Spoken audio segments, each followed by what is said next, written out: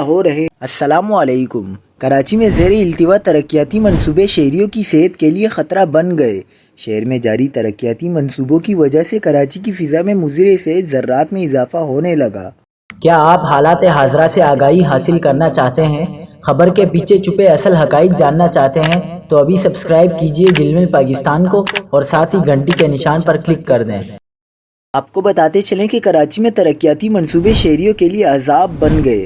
تحقیق میں انکشاف کیا گیا ہے کہ سالانہ 39 کلو ٹن آلودہ ذرات 2.5 فضا میں شامل ہو رہے ہیں، جس کی وجہ سے شہری ہر سال اوسطاً 1.86 کلو زہریلے ذرات سانس کے ذریعے جذب کر رہے ہیں۔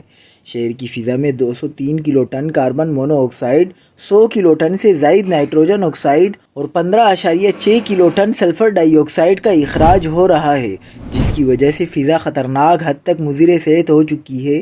یونیورسٹی روڈ سے روزانہ گزرنے والے شہری سانس و دمہ کے امراض میں مبتلا ہونے لگے، جبکہ نمونیا، چیسٹ انفیکشن، نزلہ زکام، جلدی امراض اور آنکھوں کے انفیکشن عام ہو گیا ہے۔ یہ زہریلی فضا بچوں کے لیے اور بھی زیادہ مہلک ثابت ہو رہی ہے اور چھوٹے بچے بھی تیزی سے دمہ میں مبتلا ہو رہے ہیں۔